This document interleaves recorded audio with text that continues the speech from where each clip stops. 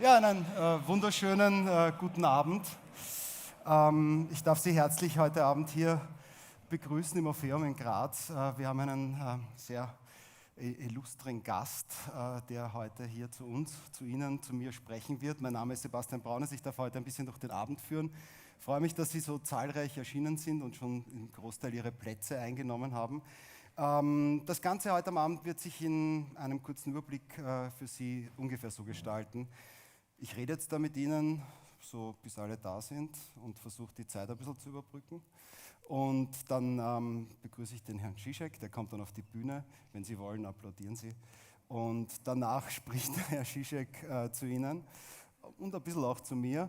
Und danach wird das Ganze ein Gespräch. Und das Schöne an dem Gespräch ist, dass wir hier so ein großes Forum haben und dass es unbedingt wichtig wäre und auch gewollt ist, dass Sie sich dann vielleicht mit der einen oder anderen Frage oder mit der einen oder anderen Ergänzung zu dem, was der Herr Žižek so von sich geben wird, einmengen.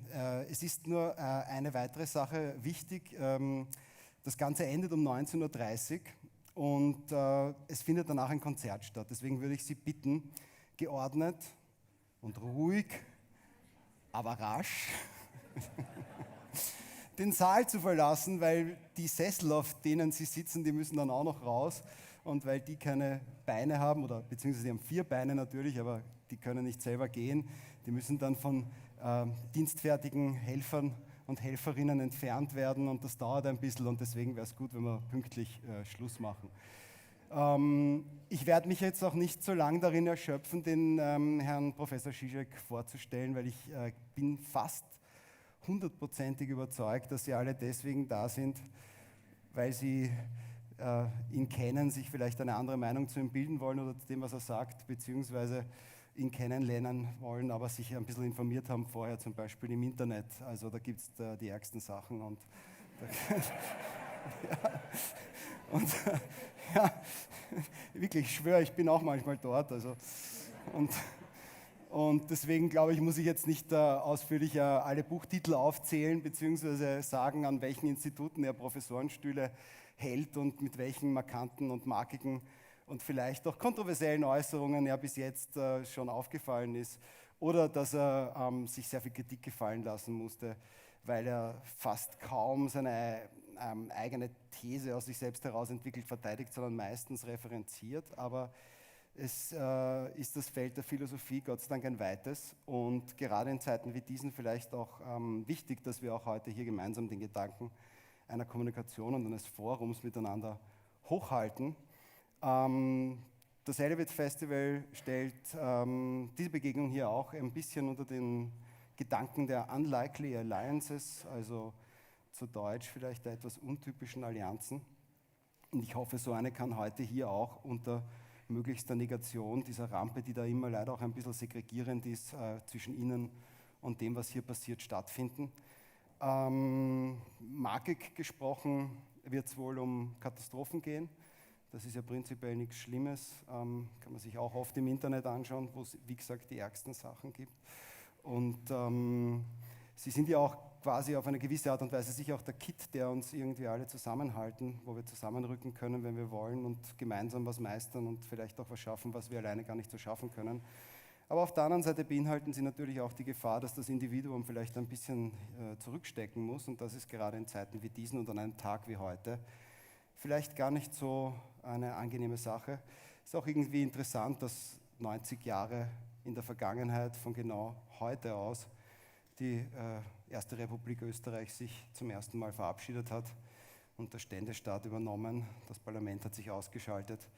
Und jetzt ist es 90 Jahre später und wir haben noch immer Trying Times, vielleicht sogar noch mehr.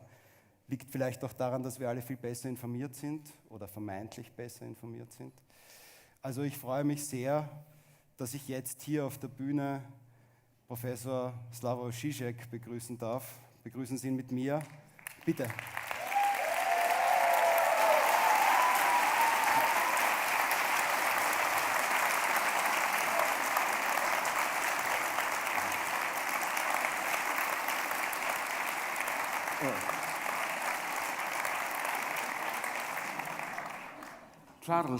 Chaplin does this in Great Dictator. He stops the applause. Try, do one more? No, No, okay. no. Okay, ich muss mich erst entschuldigen. Ich verstehe deutsche Sprache, eventuelle Fragen. Sie können die Fragen natürlich auf Deutsch stellen. Nur, ich kann nicht flüssig Deutsch sprechen. Und eine kleine Kritik an dir. Was habe ich dort gehört? Das bin ich nicht, Herr Professor, Doktor. What did I do to you? Did I rape your mother or what to talk?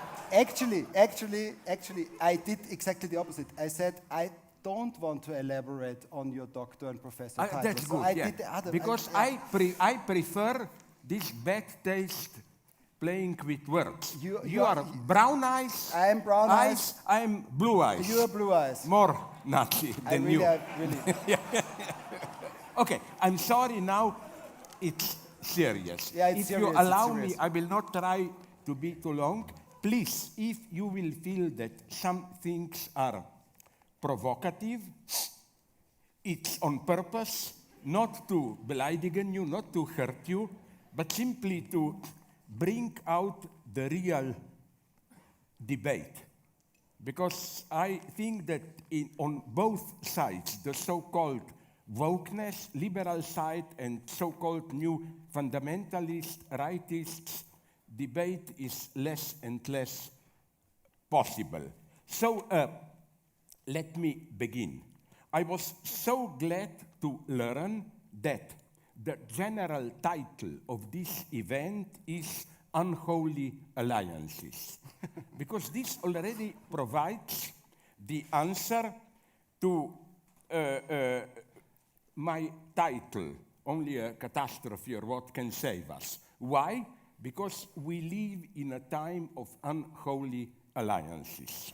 I will try, and then we go on a free dialogue. I will try to ground this in, even if it will sound sometimes funny, it's very sad and serious. I think today we really live, it's not an empty phrase, in a complex time. Not complex in this empirical sense. Yes, situation is always complex, you know. So, for example, to make a jump towards actual situation, I am basically, of course, in this war, pro-Ukrainian, and I hate when some of my friends tell me, but you know, Ukrainians are not so good, the situation is very complex. Where? The situation is always complex. World War II. It was not simply democracy against Nazism, because I'm sorry, Stalin was not a Democrat and so on, and we had to join forces. But let me directly bomb you with a great unholy alliance, which Putin, not only Putin, is exploiting to the end. I know people who are close to Putin. And they told me that what Putin is doing is interesting. On the one hand, he relies on Orthodox Church support. The, how do you call it, patriarch or whatever of Orthodox Church in Russia, Kirill, he is an old KGB fellow of Putin, no? But not only that, Putin did something very interesting.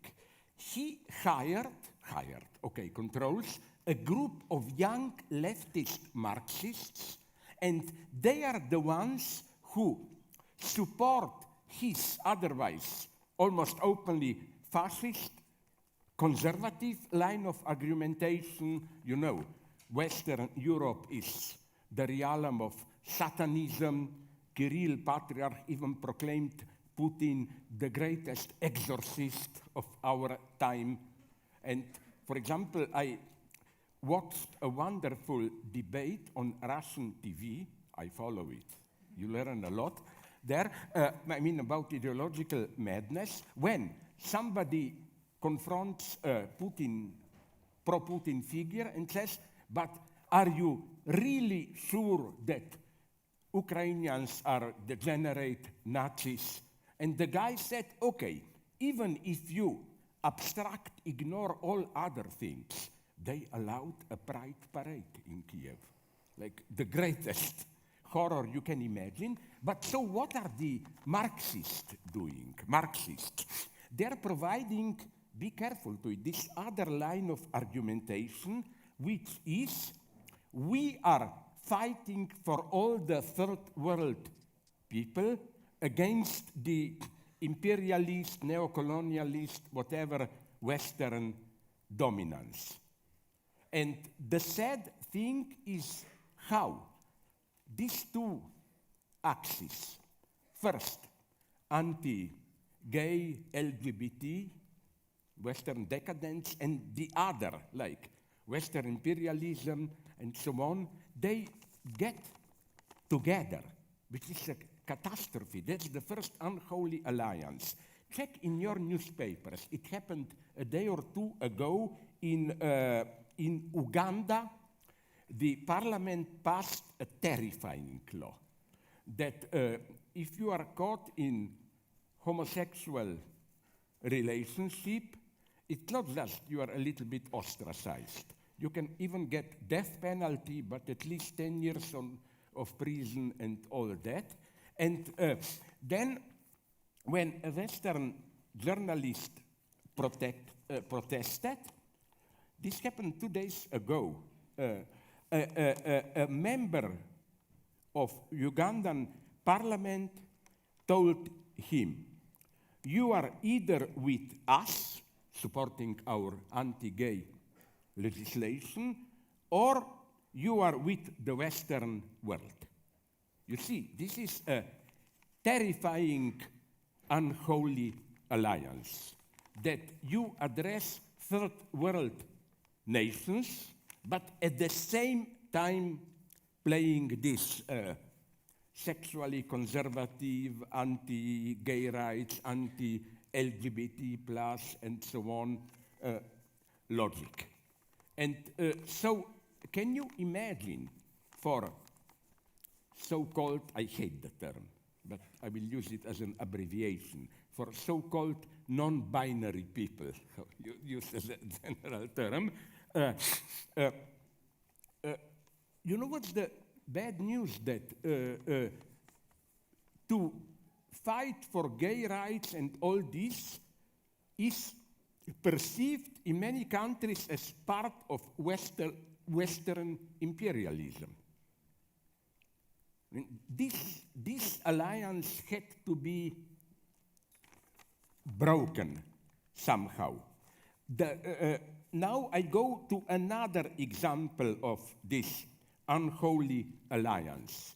It happened, I think, maybe you know more, like 2 weeks ago or 3, when there were big pro-freedom, pro-peace demonstrations in Berlin and in Dresden and so on.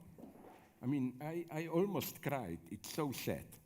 A part of Die Linke Partei in Deutschland, Sarah Wagenknecht, gave a speech, all this false pacifist stuff, why should we get involved, this is not our war, blah, blah, blah. And then, you know what she got next day?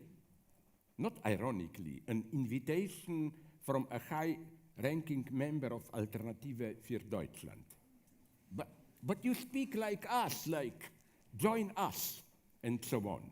And this is not a joke.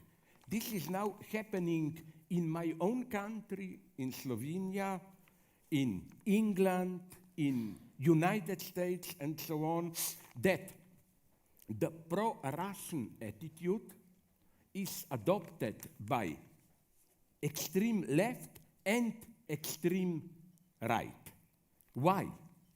Well, maybe you know this joke, but what came to my mind is this. I even wrote a book with this in the title, wonderful, simple, but nonetheless, joke by Freud from his book on wits, on jokes, where he quotes this joke where you give too many arguments for a thing, but they are mutually exclusive. Like the book I wrote against the Iraq war, American Attack on Iraq has the title The Broken Iraqi this cup or whatever, no? Like I borrow from you a cup or eine Vase and I return it to you broken. And you, of course, accuse me. And my answer is A, I never borrowed a vase from you. B, I returned it to you full. And C, it was already broken when you gave it to me. I noticed that this pro-sympathy for Russia argument has exactly the same structure. Did you notice that there are three arguments? First is generally pacifist. Wars are madness. We shouldn't give arms because, as a general wisdom, if you give arms, you only prolong the conflict. This is, I think, a terrifying notion. Because at the same time, these pacifists claim, but now there is a situation more or less, how do you call it, stalemate, stable position on front to push for peace.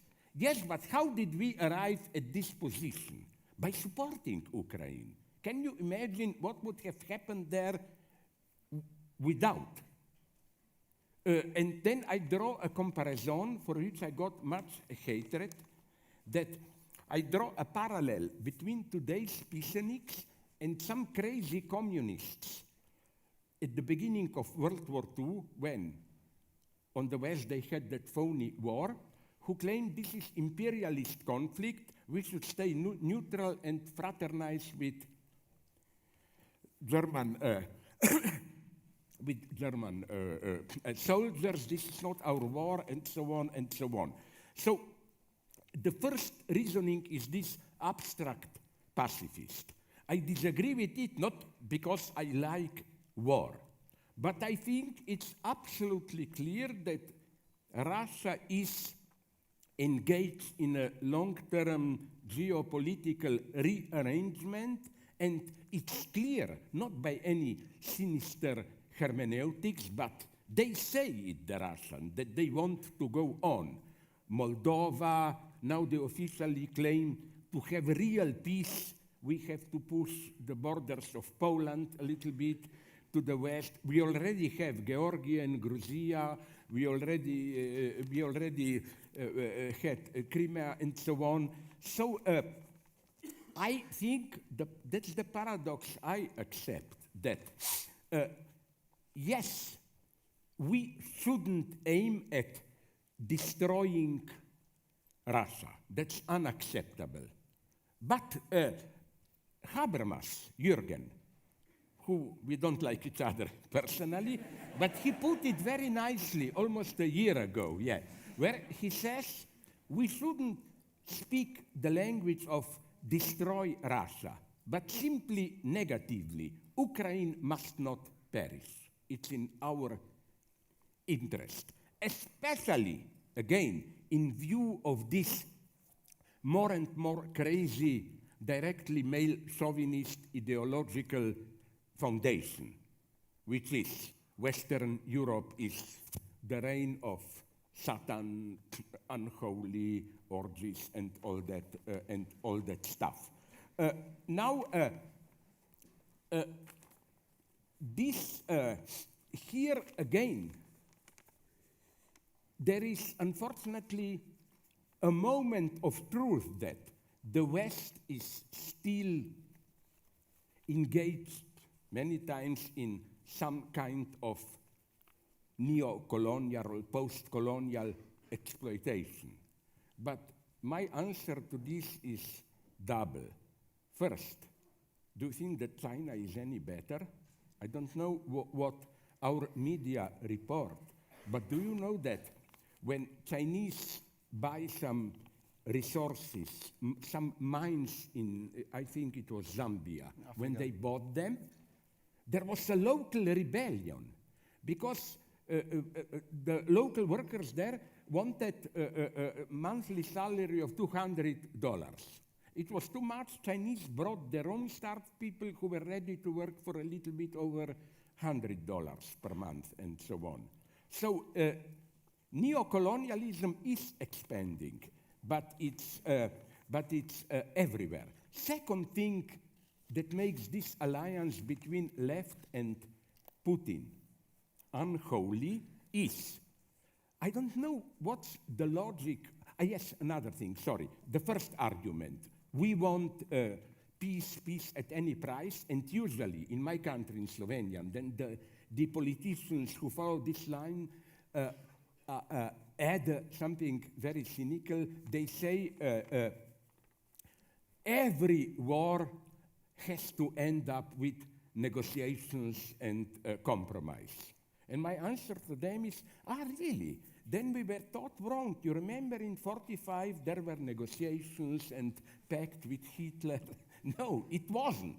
There was a clear defeat. So again, this general pacifist stance has to be rejected on behalf of real peace itself. Remember one thing that I repeat all the time. Peace is always in the interest of the occupier. I believe, I'm not anti-Semitic, I'm totally pro-Jewish. But on the West Bank, Israel is colonizing it. And when Israel says we want peace there, I believe them, because peace means they can occupy it in peace. You know? Of course. Even Germans, when they occupied France in 1939, were they sincerely for peace? Of course they were, because peace means we can occupy it. That's why General de Gaulle, you know what was his great statement which founded resistance? No, the war is not over. France did not capitulate. So I reject this general line. Then the second line of defense is what I already mentioned. The situation is complex. Nobody is clear there. I know. I will not bore you now with it, but I can give you some, once I enumerated them, some 15 to 20 points of mistakes, stupidities committed by Ukrainians. But sorry, this is like condemning, and we should.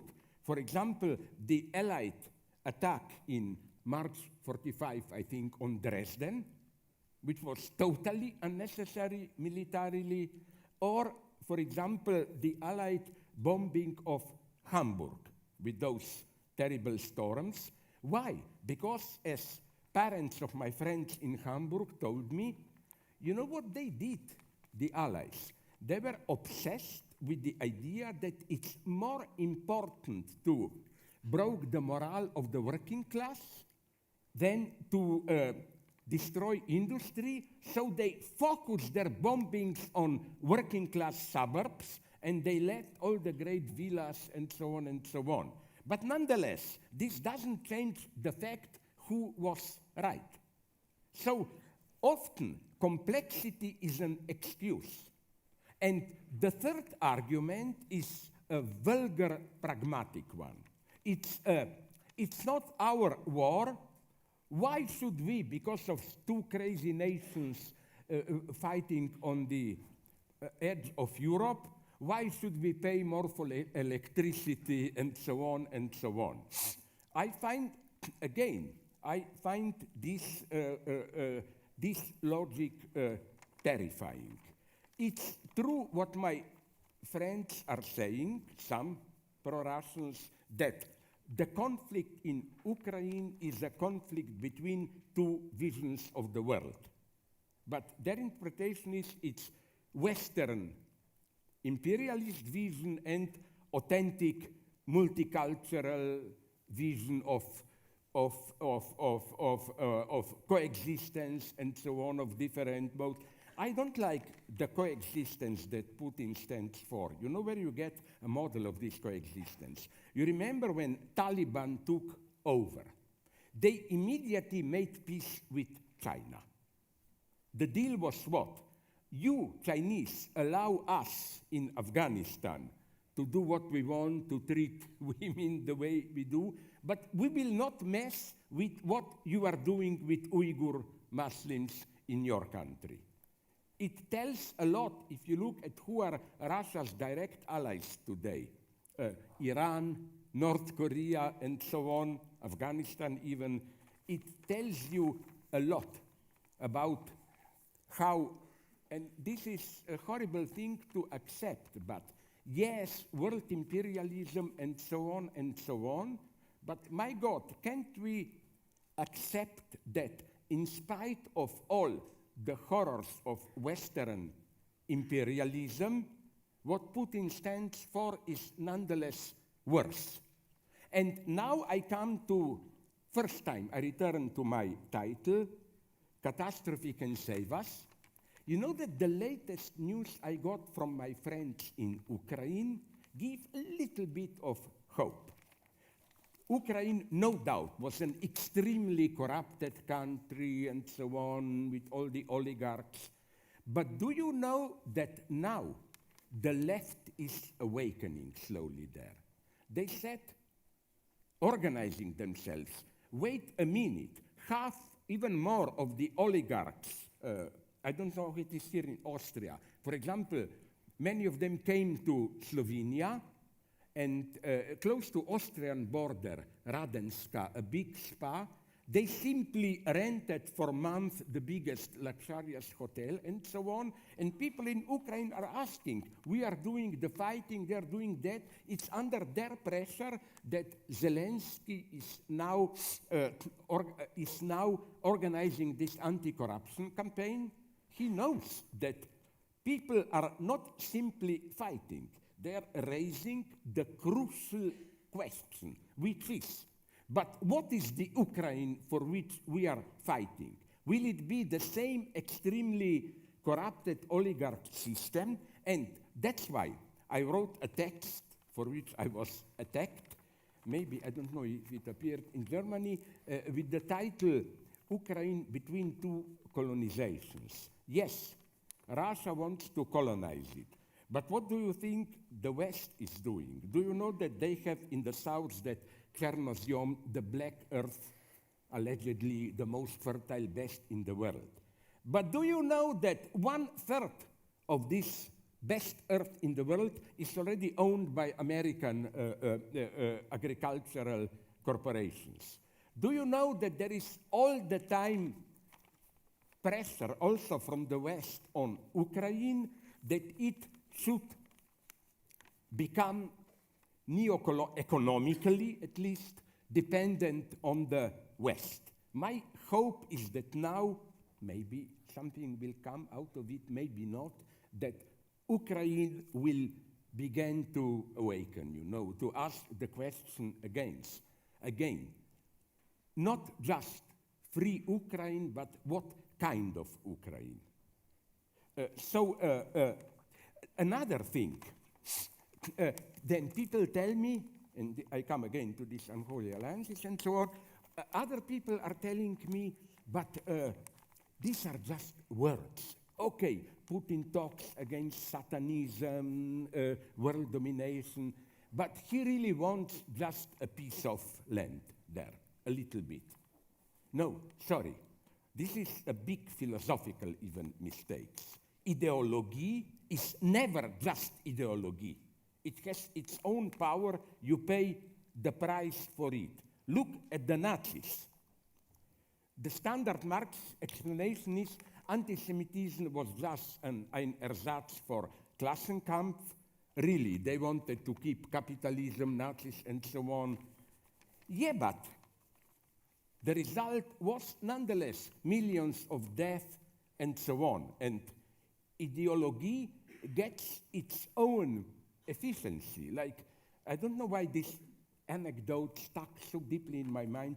When in 1944, Germany was withdrawing from Greek islands, they noticed that on one island, they left 150 Jews. And in that crazy situation where they needed every soldier, they sent a military boat back to get those Jews. This didn't help them militarily in any way. So again, I don't buy this story, it's really just about material interests. No, ideology is to be taken seriously. My next conclusion here, to provoke you a little bit with philosophy. This is why I am sick and tired of this critique of capitalism, that it's egotist, we care only for our interests. No, the problem of capitalism is, as Walter Benjamin knew, that it's a religious phenomenon, religious in the sense of a radical sacrifice. A true fanatical capitalist, he doesn't enjoy good life. He is ready to work all the time fanatically so that capital reproduces itself. No, we need today more egotism. We need to ask not what about the fate of living on earth, but my God, how will I and my children live in 20, 30 years from now if we go on with this destruction of nature? No, we should appeal to good egotism against this false capitalist ethics. Now, the next point. Now things get, this was nothing as a provocation, more difficult. The next unholy alliance that I see, trigger warning, this will be problematic for some of you, although I cannot say it more. I have a whole school of followers among trans people, real trans people, not just that game, you know. Now I'm a woman, I feel like a man, and so on. But people who went through all the painful operations and so on, and it's not just change man into a woman, but trying to invent something third. And you know where I agree with them? That LGBT plus, in principle, I totally support it, not just in words. I was engaged in actions and so on. But I don't like this anti-psychoanalytic trend. The commonplace in many of these circles, in Germany, especially in the United States, is, oh, Freud is an old, white, dead man. He still thought in binary terms, Oedipal complex, and so on. No, you know what's my problem? You know this big conflict, especially in United States and between, let's call it, biological determinists and LGBT feminists. I simplify to the utmost. Biological determinists claim that sexism, even if sex is confused, you don't know what you are, but basically it's predetermined with your genetic structure or education or whatever, and it's not a matter of free choice. On the opposite hand, you have non-binary, in a wrong way, I claim, people who claim people should be allowed to freely choose. It's a matter of choice, how you feel. I claim there is an unholy alliance here because they both behave as if Freud didn't exist. For an authentic Freudian, of course, human sexuality is not directly a biological phenomenon. It's how some Grundlage, some foundation is mediated, caught in a totally different logic, and it can even be, I have a friend, it even can be demonstrated with experiments. I have a friend who studies sexuality in apes, well-developed apes, gorillas, orangutan, and men, and discovered that apes are much more rational. Sorry for my tasteless way of saying. Let's say you are a beautiful ape, woman. Actually, I am an orangutan also. I would like to have sex with you, but I see no way, so okay, fuck off, I turn attention elsewhere. It's only with humans that you get this type of fixed attachment that the more you are inaccessible to me, the more I'm obsessed. Drawn towards me. Sorry? The more you're drawn towards me. So the whole logic changes. Second point of Freud, crucial, and some true LGBT people are well aware of it. You know, sex is not, in this vulgar sense, a matter of free choice. I feel like that. No. The big revolution of Freud is that, one has to read him properly, that this patriarchal symbolic order, male position, patriarchal, feminine, it's not natural. It's a long and painful process because we have something, we humans, unique. What Freud characterized as childhood infantile sexuality. It's something very strange. Animals, as far as we know, don't have it. Because of the delayed puberty, we have it. This idea that you get caught in crazy fantasies, how are children born, and these fantasies can be very beautiful. Let me tell, intimate confession, I clearly remember them, two of fantasies from my own youth. When I vaguely knew that sex has to do something with health, with childbirth. With reproduction, yeah. Yeah, with reproduction, with copulation, but I didn't know exactly how. So one of my infantile theories was, and women liked it very much later, that sex is long, hard work. You have to F again and again, like you tear to your lover now again, orangutan and his wife. I tell you, let's have sex today. Today we will work on the hands. Yeah. Tomorrow again on the legs. You have to do it. I like this fantasy. Until the whole thing Until the whole body is, yes. And then we may check if we like the hands, and Yeah. if we don't like the hands, We do it again. We do it again. The second one I have, I hear this story that storks, how do you call them, the stupid birds, are bringing babies. Yeah. And my dream was this one, that it's better if you want a nice child, or a child, to do it with open windows. Because storks are observing you. And if you make love in a nice way, you get a child, you know. Now, this is not just a joke, because the big Freudian theory is not. Then once we become mature, we know how it is. No. All the time, to the end, human sexuality is accompanied by fantasies. Freud's big question is not this vulgar psychoanalytic, whatever you are doing, you are always thinking about F, you know. It's on the contrary. But what are you thinking when you are doing F? And here, you Austrians published a wonderful book by my friend. You know, they discovered Wittgenstein's geheime Tagebücher from World War I. And he's brutally open. He describes what he's thinking about when he was masturbating. You know what he was? Not gay sex, but discussing with colleagues philosophical questions and so on. That's the spirit.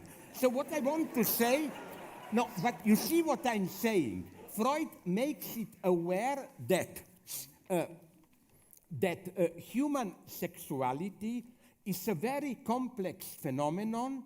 It doesn't emerge naturally, but through a series of traumatic cuts. And in this sense, the process is self-contradictory, mostly unconscious, and so on.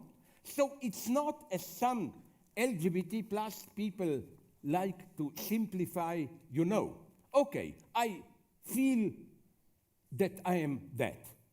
My point is, how do you know that you really feel this? To Freud, it was clear that feelings cannot be relied on. They often cheat. Elementary, stupid example. You or me, okay, I will not blame you. What if I'm secretly gay, but I don't want to admit to myself, so I enact this as homophobia, you know? So what I'm saying, and again, please, don't buy this cheap stuff. People should be allowed to choose their sexual identity Yes, but it's not as simple as that because it's not simply a conscious choice. It's not that you sit there and think, okay, it would be nice to have a lady, it can be funny with men, but other options, okay, this sounds the best one. No, I will give you an example, which I always like. Love. Love is free. Otherwise, it's not true love. I cannot tell to you, I will try not to be accused that I'm harassing.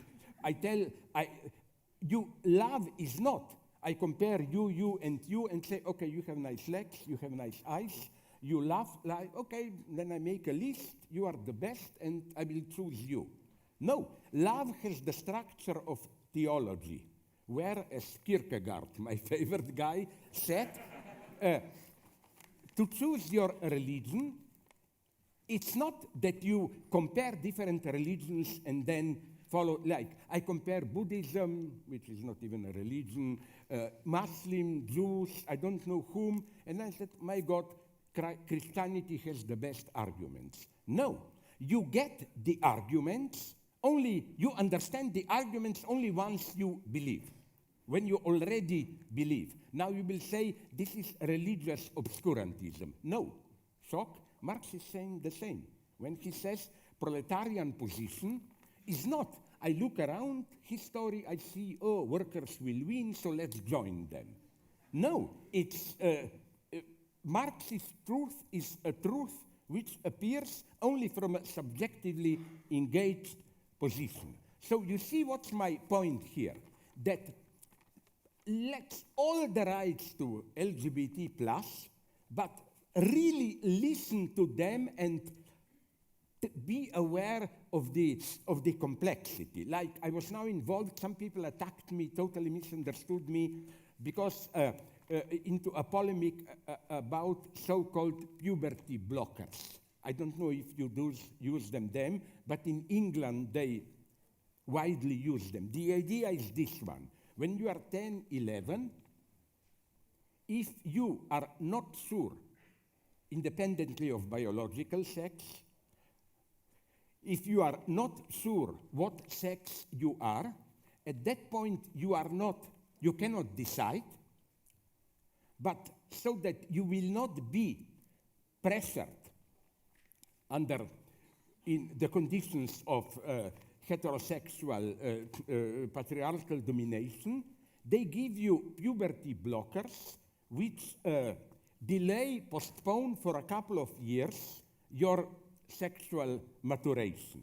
With a horrifying, for me, totally naive idea that in this couple of years, you will become mature enough to see what you want. Of course, now they are discovering slowly that first, these puberty blockers do many problematic things. They disturb the whole process of your biological development, not just sexual identity, but other things. It's very risky. But also, I think this idea is totally wrong, namely the idea that with maturity you are free to choose. No, sexual identity is for me like love. I appeal to if you were lucky enough to be in love with men, women, I'm not playing these games, anybody? You never fall in love in the sense of, oh, now I decide to fall in love. Be aware of temporality here. You all of a sudden discover that you are already in love. Maybe you even hated, had a problematic relation to that man or woman or whoever, but all of a sudden you become aware, my God, really I'm in love with him or her. That's the structure of love. And these are our deepest choices, which are precisely not experienced as simple, free choices. Love or sexual identity is not like going to a patisserie and, oh my God, should I take cheesecake, strawberry cake, or chocolate cake, you know? No, you are chosen in some sense. And the most radically free choices work like that, like something imposed on you, but freely imposed. Here again, I think we need today psychoanalysis. We need psychoanalysis more than ever. I'm talking too much, so I will cut it short. No, because then you, my orangutan, will not like me if I talk too much. As long as we can later on, like work on the hands. Yeah, okay. He is my type, I discovered that behind all his friendliness, deep in him, he can be very evil also. And I think this is the hope today. We were sitting here just like half an hour ago, Yeah. and I said, we have a lot of things in common, and we will come to yeah. that. You know what I mean by And this? now you are gradually coming out of yourself and telling me that I'm telling you what you are telling me, which is a very good thing. No, because, once they asked me, what makes a full, if we can talk about this in today's confused time, a full normal human being? I said 3 things. First, here my metaphysical, dedication to some serious cause, socialism, whatever, freedom, ready to work really for it. Point 2, some kind of good pragmatism. There are people who are principled but enjoy being principled losers. Many leftists today, they wait for the big revolution. But whenever something happens, Syriza, they say, no, that's not yet it, No, let the others do it. Let the others do it. And that's the whole history of the left here, how the European left, after 68, is just looking. At some point it was Cuba, Vietnam, Venezuela. Now the revolution takes place elsewhere. We want here to enjoy our academic or what job and see the revolution there. Like what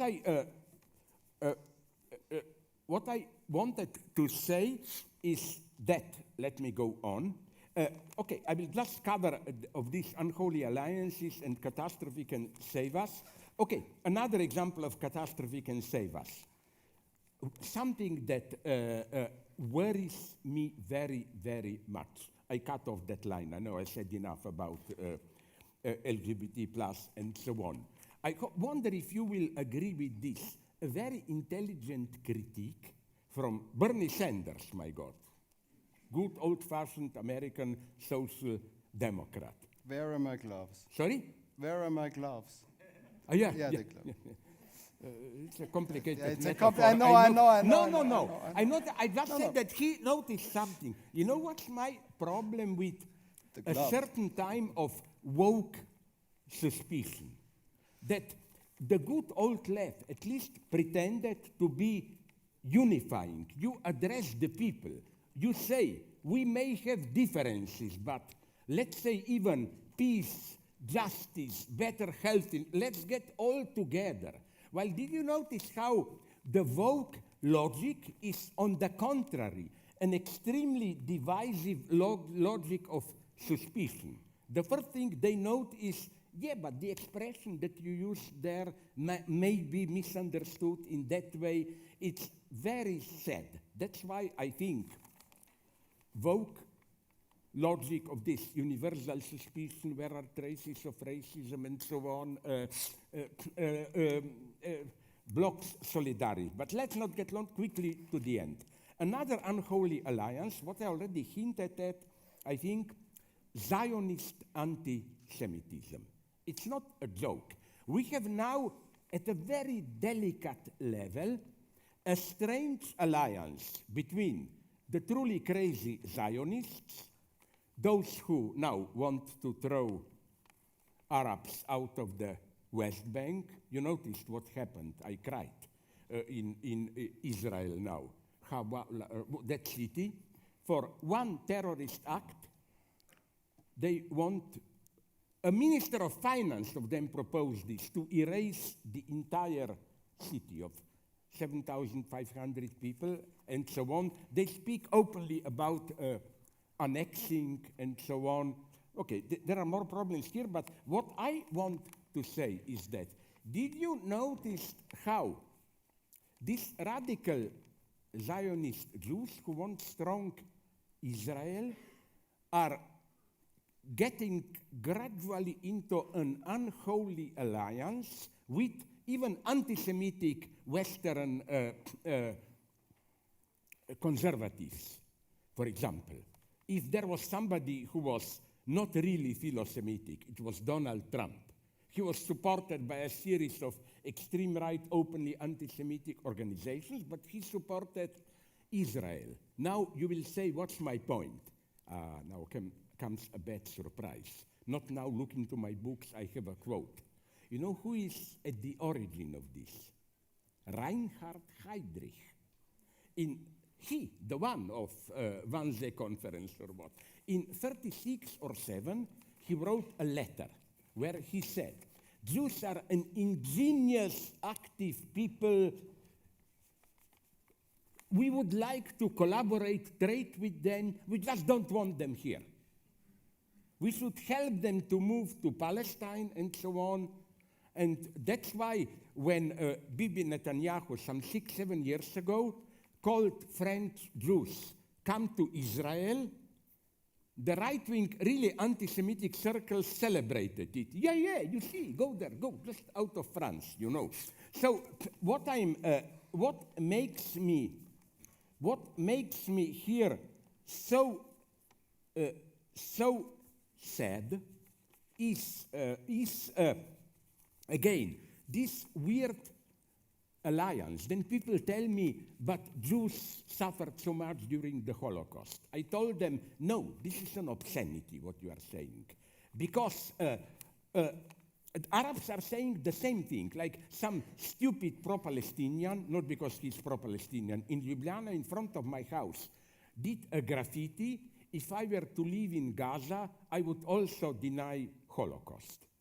Like when you suffer, No, this is totally wrong. You know what is for me? I hope we'll agree. The only serious ethical position. The struggle against anti-Semitism, unconditionally, and the struggle for Palestinians, not the terrorists, on the West Bank, should be parts of the same struggle. Point. That's it.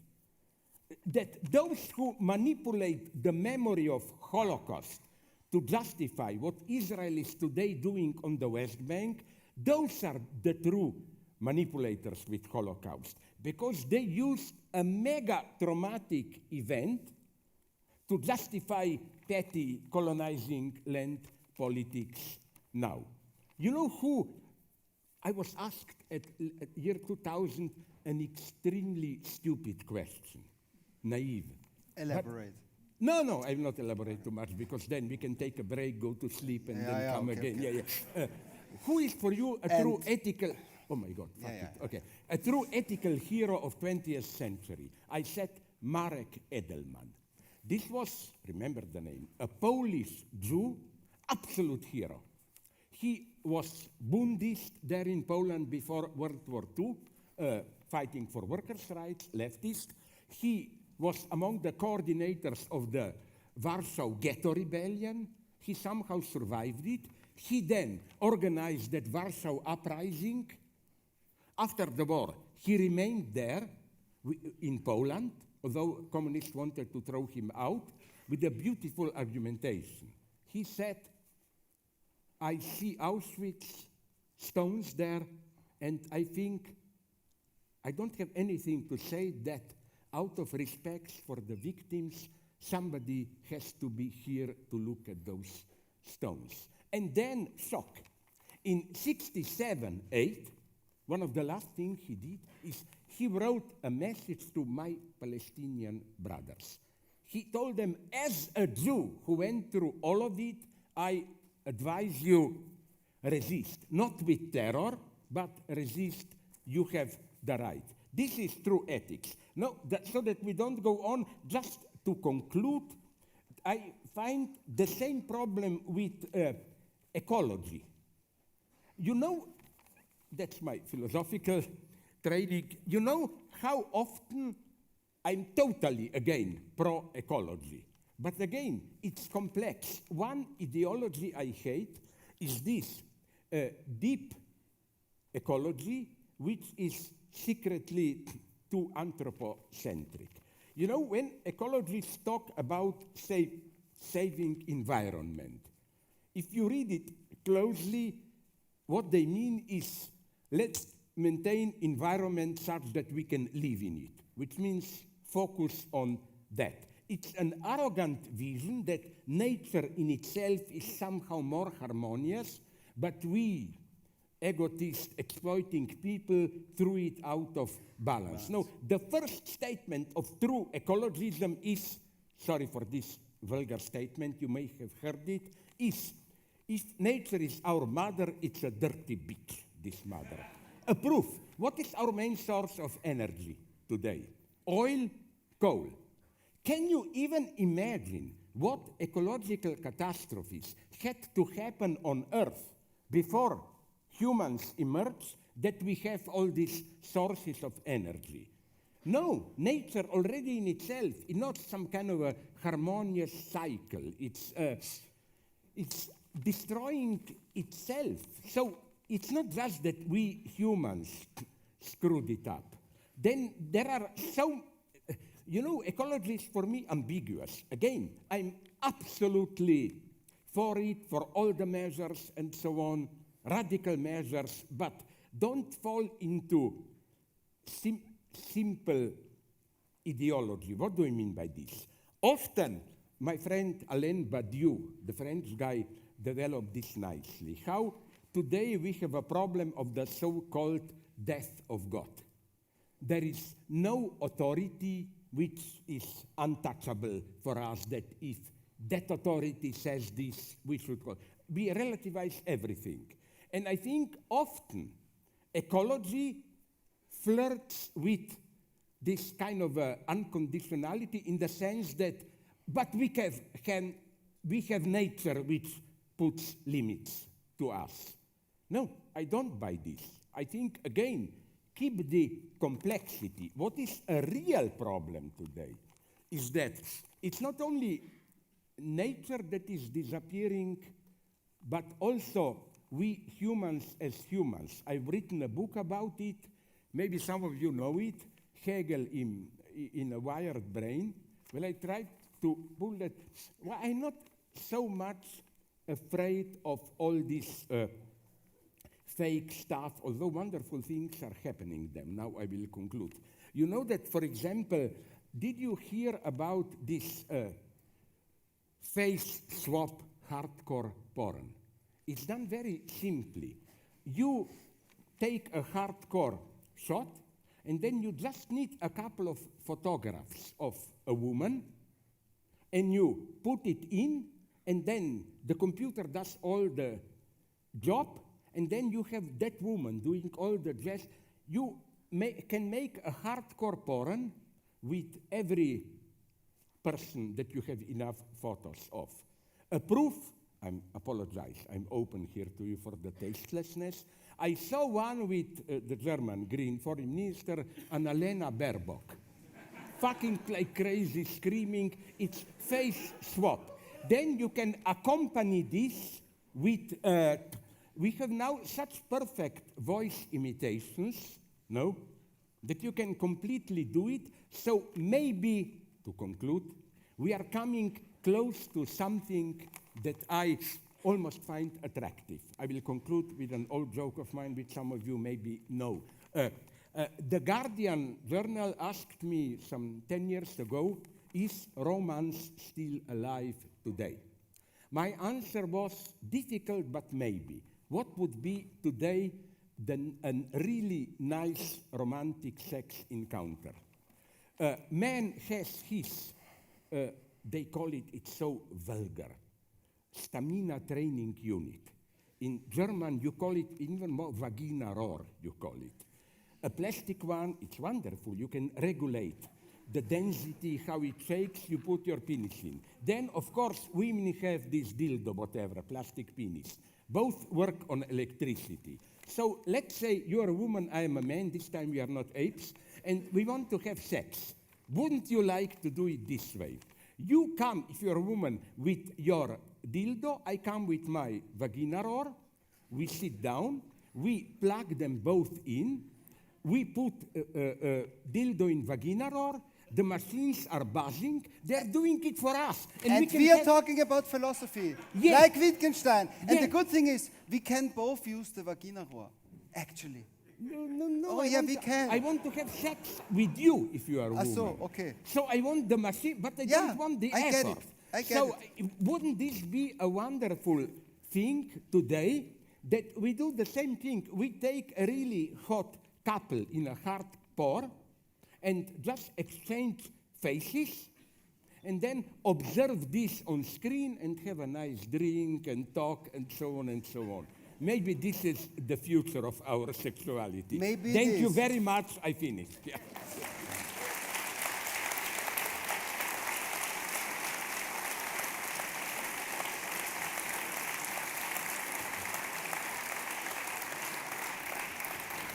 Stop. You see that? There must be discipline. Before I hand you the microphone, I'd like to follow that thought a little bit with the. It doesn't matter if you see me as an ape or a woman or whatever. I'm not an ape, I'm a pig. Yeah. Thing is, you mentioned an interesting thing because nowadays we so much relate on technology, and in an abbreviation of the popular quote of Nietzsche, the longer you glare into the abyss starts to glare into you. Isn't it like the longer we look into the internet looks into us as well? So do you think that we are already beyond that point where we, started to, speaking about catastrophes, that's us educating the machinery, the web, everything like that? Or do you think we already passed the point where the machinery started to educate us? And this is like opening up a whole new field of catastrophes going to happen. This is a very good question because, for a simple dogmatic reason, because it sounds very Lacanian.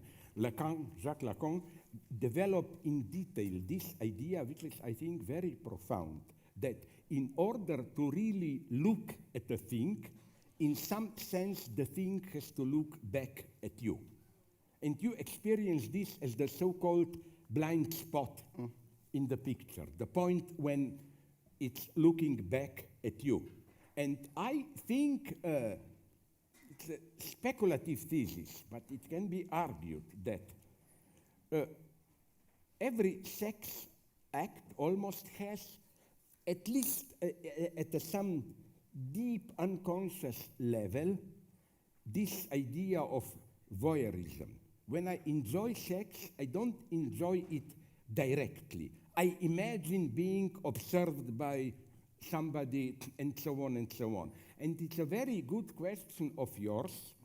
What happens with this technology where it's no longer a fantasy, but you are really observed, everything is recorded, and so on? And my quick answer, because I've spoken too long, is that maybe what we are losing is precisely this deeper metaphysical look, how the other returns the gaze.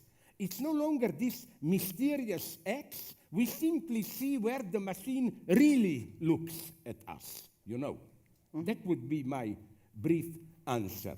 That it, on the other, my second answer would have been that you remember, maybe you do, some Italian guy did something and I didn't like it, I'm sorry. It was supposed to be an endless artificially generated debate between me and Werner Herzog, which you can listen to it endlessly.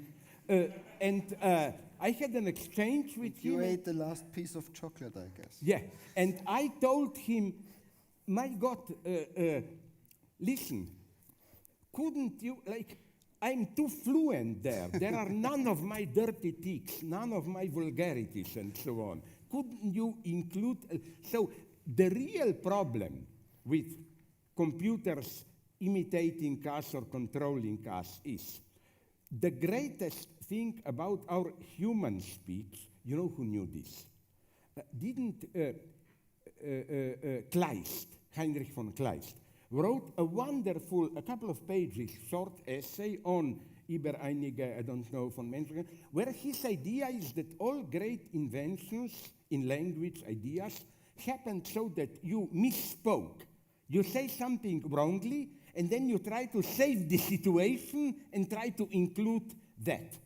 Can computers do this? I'm not so sure. No, me not either, but it's a good thing because as we talk about this failure and these things that happen and then we try to cope with that, probably brings us back to the topic of tonight and your the title of your lecture, like catastrophe will save us. Because like what Kleist says in language, it's like that a little catastrophe happens and something good comes out of it. Yeah. Isn't it that? Even today. Yeah. Sorry, just to finish. Yeah. Finish. No, it's interesting. Yeah, That's why is. many Jewish friends are telling me, this catastrophe now, colonizing the West Bank, direct racism and so on. It's not just hypocrisy when white liberal Jews are protesting it, but this was such a shock for the majority of half atheists. What I like about Jews is that, they have the greatest percentage of atheists in the world, the Jews. And it's this wonderful paradox, as a Jew once told me, we don't believe in God, but nonetheless we believe that God gave us the land there. We don't believe in God, but we know that God believes in us. Yeah. We are the chosen now you people. said something so profound that I'm just sad that we cannot go on indefinitely, because I think Jacques Lacan says this. The true metaphysical question is not, do we believe in God? Well, some people do, some not, who cares? The problem is, does God is our fantasy formation, does God believe in himself? And the answer of all truly profound theologies is no. No. I mean, the problem is there. The problem is there. The problem is that we made him up. Yeah, but what does he know? Which is why I have another theory. I wonder if you like it.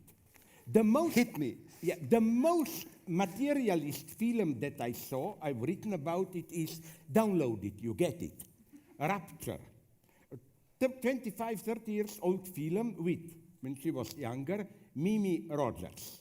It's an incredible story. I will condense it as much as possible. An ordinary, short.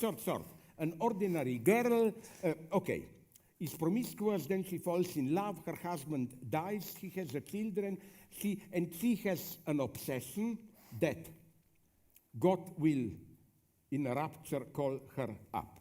So she goes to a desert near Los Angeles, to wait for God. God does nothing, so she kills her daughter, nothing. Then she is arrested for this. Now comes the miracle. Till this point, and is arrested. Till this point, the movie is realistic. Could have happened. A disappointed, crazy believer. Then the miracle happens. It's the end of the world. All of a sudden, the walls disintegrate of the prison. She takes a car. She goes to somewhere to the edge of the world where she sees up there paradise. And the ending is incredible. There, from the other side of paradise, her dead husband and daughter approach her and ask her, Mommy, come to us. You just have to say, I love you, God. And she said, no, I will not. After God did what God did to me with all these meaningless death, not. And then her daughter said, but Mommy, you know what this means? You know how long you will stay there? And she says, I know, forever. This is the end. That's the true undermining of religion from within. Much better than this, God doesn't exist. Because when people say God doesn't exist, they usually mean, but nonetheless, it's a noble idea, Like I talk too much, bitte. No, two things. First, this reminds me a little bit, in a very abstract way, of the story of Lilium from Molnar, the play. The play of Lilium. Are you familiar with that? No, I'm okay. We talk about it later when we work on the hands. Yeah. And the good thing about a film or a movie is that you can make a really hard cut. So we make a hard cut now, because I promised the people that they can ask you questions, and we've got another 15 minutes running. Okay. So And I will try to be, if Yeah, you're stupid yeah. enough to believe me, No, I will you- try to be. The good thing is you're straight to the point. You're not very elaborate. You have straight answers, very short. It's a very good But thing. you are right in something. I know, The I know. great art in books, in films, is the proper cut at the end. Did you see the new Spielberg? And I don't like it very much, Fablemans. Yes. That ending with John Ford is Yep. one of the best endings of all the time. And now the fuck get out of my office. Yeah. Bitte. Bitte. You know what song I will sing about you? No. You are Sebastian. no? Yes, yeah. Somebody called me yeah. Sebastian. Sebastian? Yeah. No, Yeah, no, no. no, no, no, no. Do you know the old DDR from early 50s pro-Stalin song, Stalin Freund Genosse? Very That's my good. think about you, Sebastian Freund Genosse. And, Okay. and the song that I will sing for you from Yeah. the DDR is Sag mir, wo du stehst. I know, but this Yeah. was a pop song. Yeah, it no? was. Yeah, I know. Questions? Bitte. I already criticized him. I told him, as a true Stalinist, did you organize the questions? Yes, of course. And They are she- all censored. Come They on. are. Yes, I of hope, course. so, yeah. The nomenclatura is watching. Bitte. Sie können, wenn Sie wollen, auch auf Deutsch die Frage stellen. Ja, ich hoffe, das ist okay, sehr geehrter Herr Žižek. Ich hätte zwei kurze Fragen, und zwar zur ersten. Sie haben das ja näher ausgeführt, diese unheilige Allianz zwischen Wagenknecht, den Linken und der AfD Ja. etc. Aber wenn man sich die andere Seite anschaut, also ich würde jetzt mal sagen, viele Linksliberale, die sagen, es braucht Waffenlieferungen ohne Ende, die schon diskutieren über eine Flugverbotszone etc. Steckt da nicht auch eine gewisse Ideologie dahinter, dass man den Krieg und den Tod und das Leid als etwas Virtuelles betrachtet? Man diskutiert darüber und denkt nicht über die Konsequenzen und auch nicht darüber, dass Russen genauso sterben wie Ukrainer, und ob da meiner Meinung nach nicht auch ein bisschen diese Struktur der fetischistischen Verleugnung dahinter steckt. Ich weiß, dass da ein Krieg herrscht, aber ich tue so, als ob es diesen ganzen Tod und so nicht geben würde. Und was Sie dazu sagen. Und meine zweite Frage wäre, wo sehen Sie die Rolle der Philosophie in den ganzen Krisen? Irgendwie habe ich das Gefühl, jetzt in der Pandemie hat man sehr viel, da gab es nicht viel Platz für Philosophie, eher wurde mit virologischen Grundbegriffen argumentiert und jetzt im Krieg auch sehr viel mit militärischen Begriffen. Jetzt ist ja zum Beispiel auch, wie Sie erwähnt haben, Jürgen Habermas ist auch oft angegriffen worden für das, was er geschrieben hat, Alexander Kluge auch. Wo ist da die Rolle der Philosophie im Sinne einer Intervention? Danke. Vielen Dank. Danke. Ich hoffe, dass ich die Frage richtig verstanden habe. The first question, yes, I totally agree. Again, as I already said, I can give you a whole list of crazy things that Ukrainians were and are doing, but nonetheless, I will tell you one thing. First, I don't buy this argument that it's really a proxy war between United States and Russia, and that it's just to support our military industry. Tell this to an Ukrainian and he will explode, and justly. He will say, do you think that we are so stupid that we said to ourselves, we could have lived in peace, but wait a minute, why don't we sacrifice ourselves to support the Western military industry? For them, it's not a proxy war. They fight for their survival. Russia is openly saying, Ukrainian nation doesn't exist, and so on and so on. I know I didn't really, but what I like very much is this, how you applied to this also, that logic. Did I understand you correctly? Ich weiß sehr wohl aber. Because this, I think, is something absolutely crucial that's happening today. This formula, as we well know, is the formula of, again, fetishist disavowal. I know very well, but I don't really believe it. I act as if and so on. But today, I plagiarize here my good friend, you should invite her here. I envy and hate her. This means love, because she is very bright.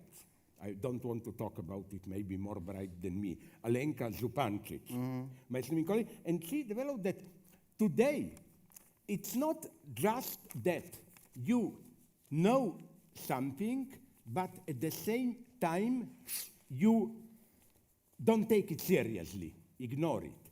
No, it's that the fetish becomes your knowledge itself. I will give you an example. How I claim more and more we live in an absolutely cynical era where the official ideology situation can only reproduce itself by, in some sense, limited, saying the truth about itself and doing nothing. You know, I will give you, to make it clear what I mean, 2 examples that I like. First, I hate this Kassel Biennale, Venedig Biennale, because I look at the program, they always say, even we are caught in capitalist game, it's all colonial exploitation. Yeah, they say this, but they function perfectly. They're playing this capitalist game. And why can they play it? Because they proclaim it, you know.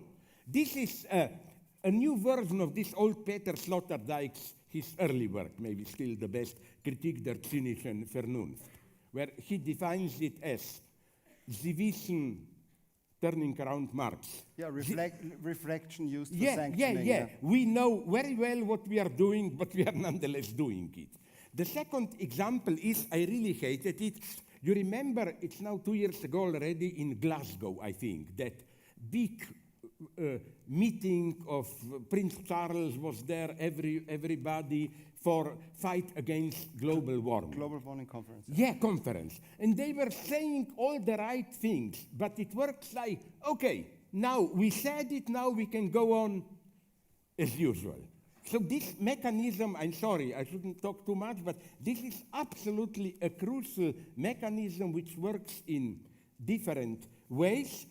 What you said about crise pandemic philosophy, I must say that maybe I speak now in an egotist way for saving my own profession, but in some sense we live in a time when philosophy is needed more than ever. Why?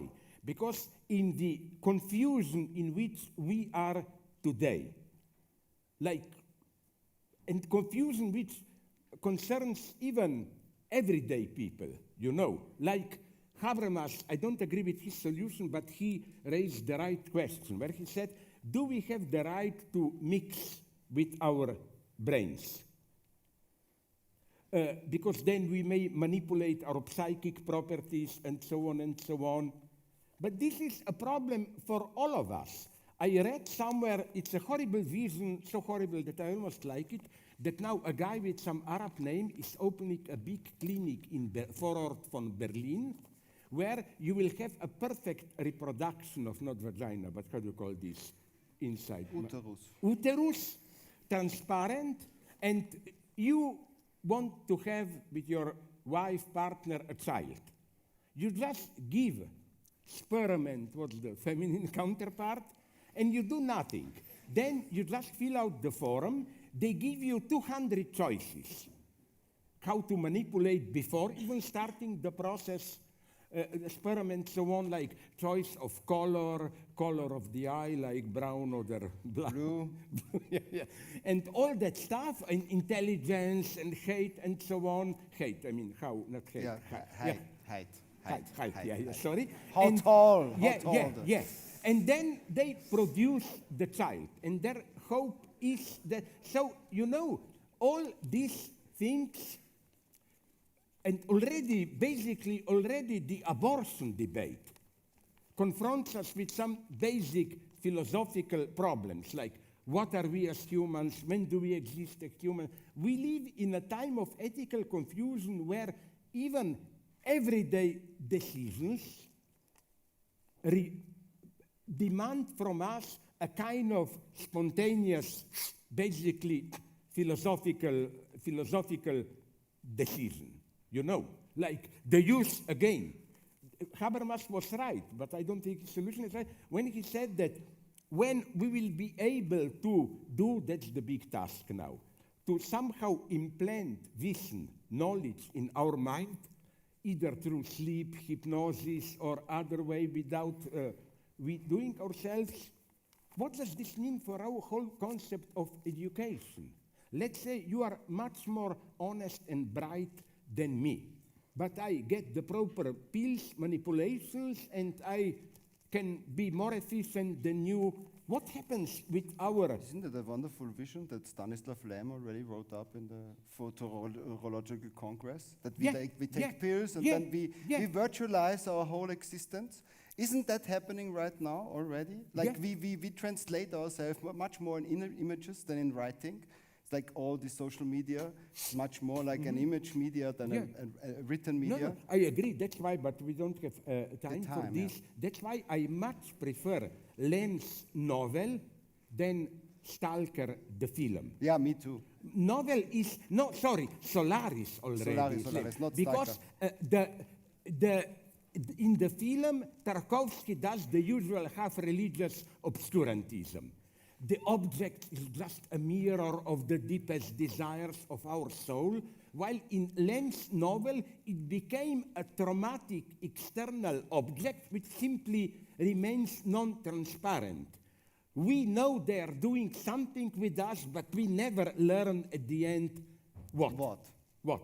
So let's not lose time. What I'm just saying is that precisely philosophy, every great philosophy, always happens in the time of a crisis. Huge crisis. Sorry? Huge crisis. Plato, Aristotle, it's the end of polis. It's already the decadence of polis. And Hegel was quite aware. The new boost of philosophy, from Kant to Hegel and later, comes with the problems of Aufklärung and Französische Revolution. When, with terror and so on, things went wrong, then So we need the crisis. Sorry? We need the crisis. To think properly, absolutely. I don't believe that to be a philosopher you need peaceful time. No. True philosophy is for the times of emergency. But can peaceful times, if it's so peaceful and you have no challenge at all, can be a great burden by itself as well? Absolutely. So maybe... I'm afraid of this, absolutely. Yeah, okay. So. I mean, I cannot even, I'm an absolute workaholic, even tonight, because I was not able to do my work. I go back to Ljubljana and you finish it? 2 hours minimum. It's very important to have a regime. Absolutely. It keeps you going. Because you need a task in life. I will end with a pure obscenity, but take it friendly. It's not a bad joke. When a German journalist asked me, what's your favorite motto, I said, Arbeit macht frei. And then, of course, I said, I don't mean it in that way, but the Nazis brutally misused it. That work certainly didn't make you free. But the horror of the Nazis is that a motto which is, for me at least, in itself a good one, free one, they misused it in the most horrible imaginable way. But it's always like that. Sovereignty of interpretation means you control how you propagandize for things. Yeah, but that's why I believe in failure, in mistakes, in misspeaking. That's the only way, even in love. Don't you agree that when you declare love, this is for me the most traumatic moment, always. When you declare love to somebody, if you don't do it with some oscillation, stumbling, there is something wrong. It means you are perfectly trained to do it. It's not. Did you see a stupid movie? Otherwise, I hated it. 4 Weddings and a Funeral. But there is a nice detail that where when Hugh Grant declares love to Andy McDowell, he gets in his typical way, stumbles, repeats himself. That's how you declare love. Yeah, true. So the thing is, we reached the end, unfortunately. I want to ask you one last question.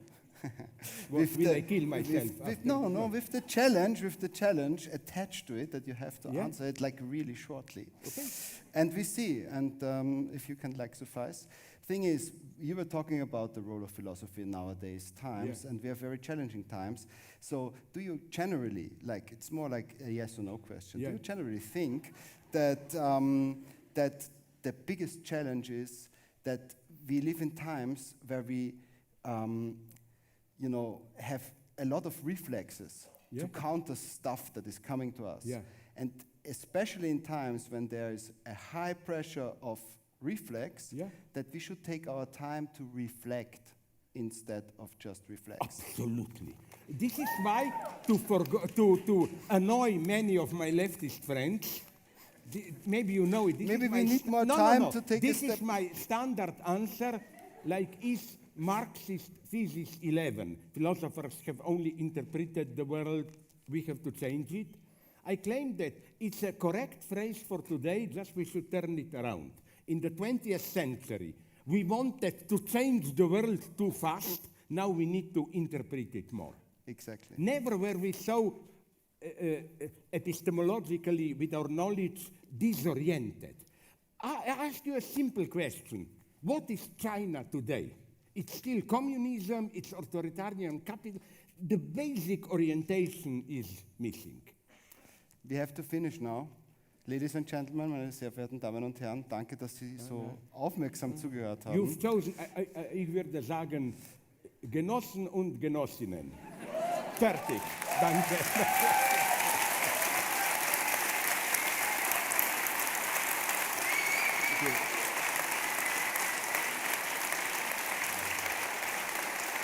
Thanks.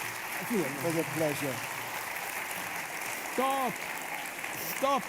Because with me, you always pay the price. Since you applauded, I will tell you a wonderful, dirty joke, which is short. Yeah. Which is, We have to work on the hands. can You have to go and work on the hands. I don't No, know. yeah, okay. No, but a dirty joke which is philosophically correct. A nasty wife sends her man in the evening, go out and bring me some cigarettes from the traffic across the street. The husband goes out, the traffic is closed, he goes to a nearby bar to buy the cigarettes, and there is a nice waitress there. They begin to flirt. They ended in her flat, screwing like crazy till 3 in the morning. Then he said, oh my God, I must go home. What will I tell to my wife? And he finds a solution. He says to the lady, do you have some of this, if you do Berlin, and how do you say, powder? Mm-hmm. Okay. Bowling, for bowling. Yeah. Okay. He puts this on and goes home. Be careful for the dialectic now. The wife asked him, where were you? Such a long time. And he says, he said, you know, I went out, the traffic was closed, I went to a bar, I flirted with a lady, we fucked like crazy. And you know what's the effect? The wife says, why are you so miserably lying to me? I see the powder, you went bowling with your friends. That's the political art, to tell the truth in a way that will confuse the enemy. That should be. Thank Vielen you. Dank.